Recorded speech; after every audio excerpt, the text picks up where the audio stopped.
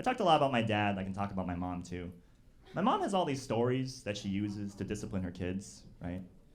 Because she thinks that trauma is wisdom. Does it make sense, you know? Like my mom's just like, hey, I lived through shit and that makes me wise. I'm like, you could live through shit and be dumb. Like that's also a possibility.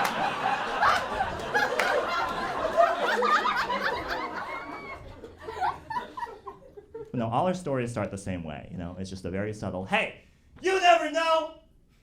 You don't know! You know?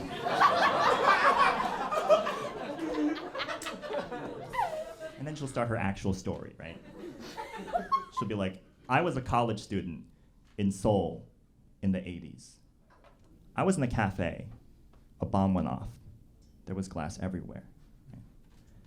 I go outside, and from the top of the building, I could see a girl, one of our classmates, throwing leaflets into the street.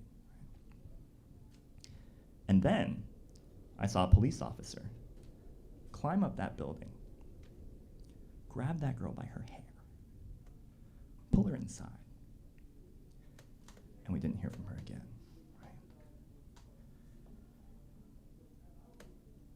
And then I'm like,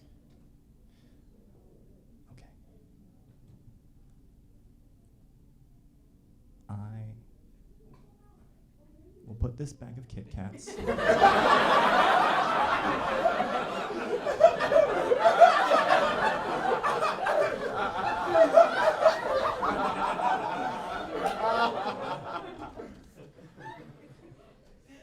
back in the Walmart checkout counter.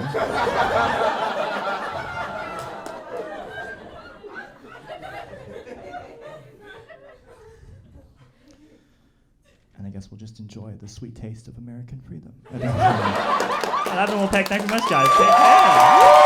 I'm also from Boston. I'm from Boston originally. Yeah, Boston, it's a wacky place, isn't it? It's a wacky place.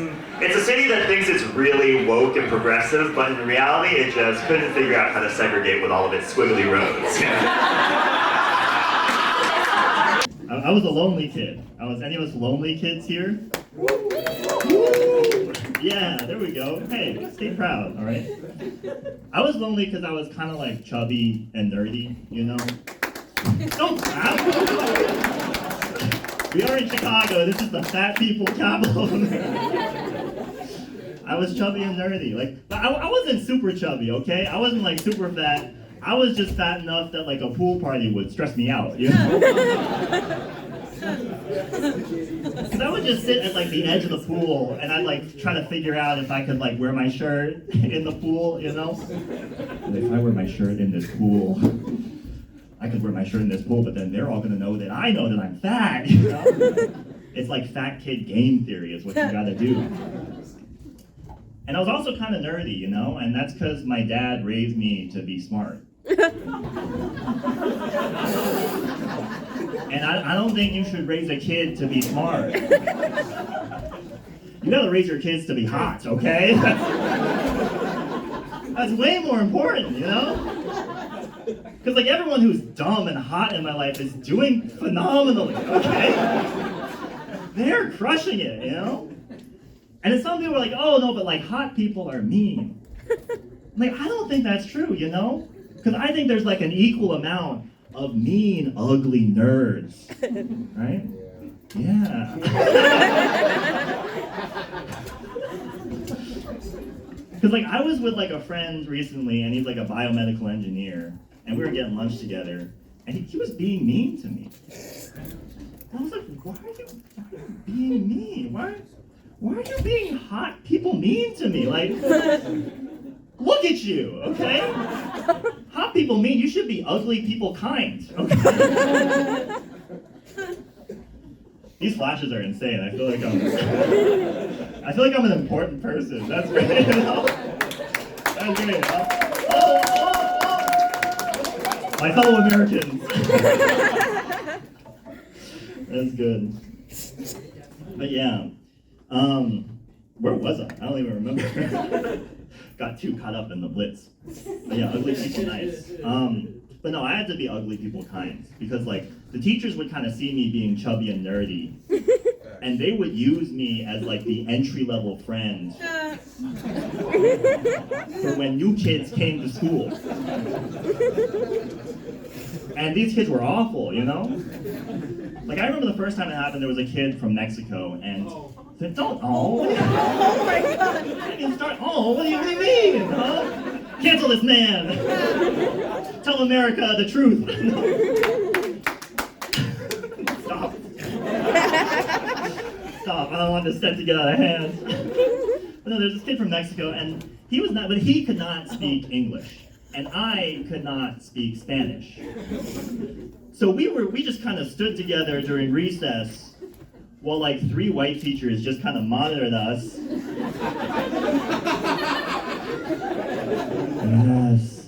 Yes! You kids go stand over by that Martin Luther King mural and make out with tongue.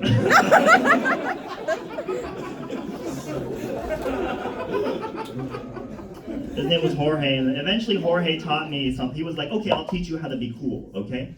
And so what he taught me how to take a ball, drop it, kick it, make it go very high.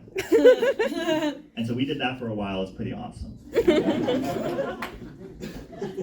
But then slowly over the course of the year, the kids who actually played soccer started to steal Jorge away from me. And so they would all play together, and I would just sit on the sidelines watching. Like I was watching my wife get fucked, you know?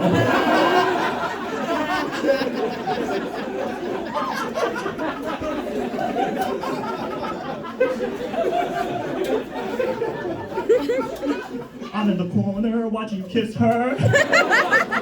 Why can't you see me? And then one day the ball from their game like rolled over towards me, and they're all like, kick it back, William, you can do it, kick it back, you can do it, kick it back. And I was like, this is a great opportunity to show them what I've learned. Oh, no.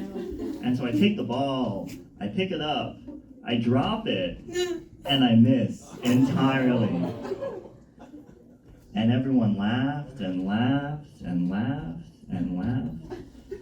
So I went to the woods and I hid behind a tree. What are you gonna do? Hang out with me in the year 2004? I'm beyond that. Clearly not. I think as a society we're getting kind of subby, like sexually, you know? Like if you go online, everyone's just like, daddy hit me, daddy spanked me, daddy spit on me. Whatever happened to daddy? Stop flashing back to the Korean War, huh?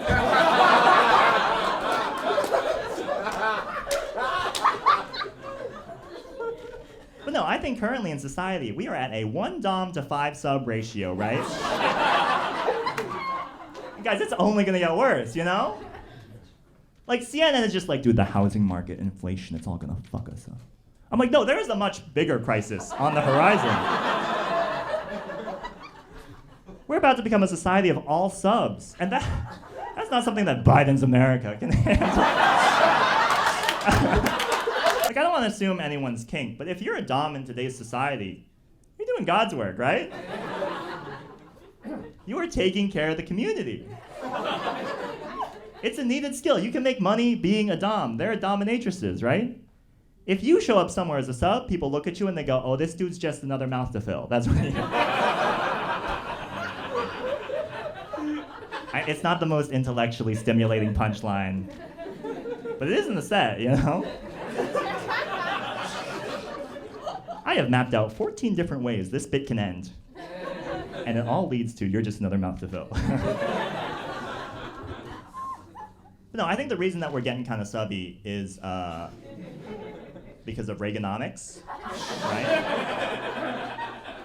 If you think about it, it makes sense, you know? Just like the gutting of social programs since the 80s. It's like, when have any of us felt security? Like true security. In the last 40 years, right? That means the only way that we can feel secure is in the arms of a big mommy or daddy dom, right? Like if I had a latex boot on my neck right now, I'd be like, oh yeah, this feels like Medicaid. That's what this feels like. 지금 제가 그 한국어 학원 다니기 시작했어요. 시작했는데 지금 우리 열심히 동물 소리들 공부하고 있어요. 동물 소리. 네, 난 이 방에서 내가 제일 똑똑한 사람 있잖아요. 그냥 이거 궁금한 거 있는데 왜 언어 배우고 있는 사람한테 동물 소리를 이렇게 일찍 가르치는지 모르겠어요. 왜냐하면 지금 내가 다치면 병원 예약 어떻게 맞는지 아직 잘 모르지만 강아지 인척 잘 할 수 있어요. 멍멍 멍멍멍 멍멍 멍멍멍 멍멍 멍멍멍멍 멍멍 계속 할게요. 멍멍 멍멍 멍멍 재밌어. 저는 그 변태 같은 거를 너무 관심이 많이 있어요. 관심 있는 사람 있어요? 너무 재밌어. 왜냐면 제가 변태에 대한 거를 생각하다가 제가 절대 안 할 것 같은 게 있었는데 예를 들어 제가 아무리 노력해도 그 발가락 빻는 거 관심이 절대 없을 것 같아요. 네. 하지만 제가 상상하면 어떤 세상에서는 제가 겨드랑이 냄새를 좋아할 수 있을 것 같아요. 그리고 그 세상이 이 세상이다. 하하하하하.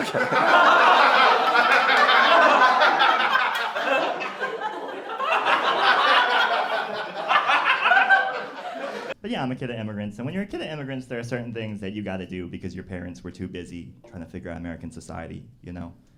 Like my dad was always too busy translating Hot Pocket instructions into Korean to really teach me about bullies, right?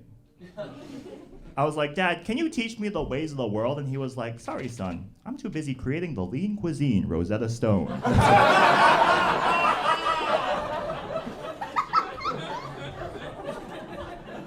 This shit's gonna help us with our taxes.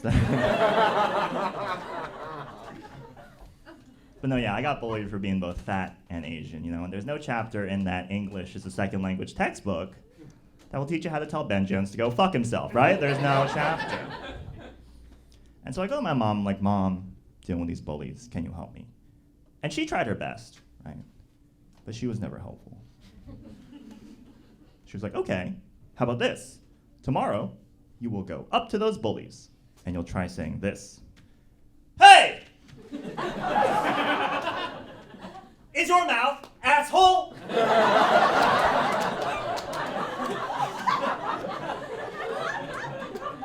Yeah, it's a slow burn. I gotta think about that one a little bit, right? You gotta think about it, you know? I was thinking about it, I was like, Mom, that is actually pretty literary, you know? Like, there's almost something Shakespearean about that shit when you think about it, huh? Like, Hawk, is your mouth asshole for it? Spew it the shite. Into those porches of mine ears, you know? Yeah, love my mom, very literary person. But she's no help with bullies, so I go to my dad. I'm like, Dad, dealing with these bullies, can you help me? And he's equally, if not more, useless than my mom is. He's like, okay, how about this? Tomorrow, you will go up to those bullies, and you'll try saying this. Hey! Stop it!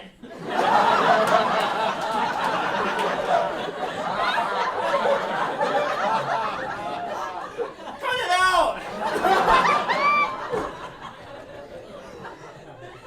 I have not tried that. Cool. We're going with the same strategy that factory chickens use on their way to the electric bath. That's what we're going with. Works pretty well for them. That's the thing though, like if your parents are learning English, they haven't figured out the subconscious rules that go into insults, right? So a lot of the times they will give you garbage, but every so often they'll give you gold. Right? I'll give you guys an example. One time my dad got so mad at someone at Best Buy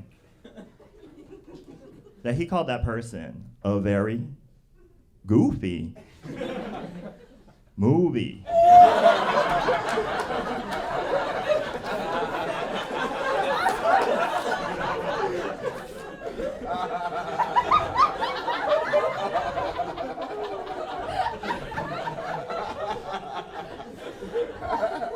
Dude, it was insane. He was all like, "Fuck you, motherfucker! You are a very goofy movie." I'm like, "Damn, Dad, that shit is baller, you know?" I'm gonna start doing that.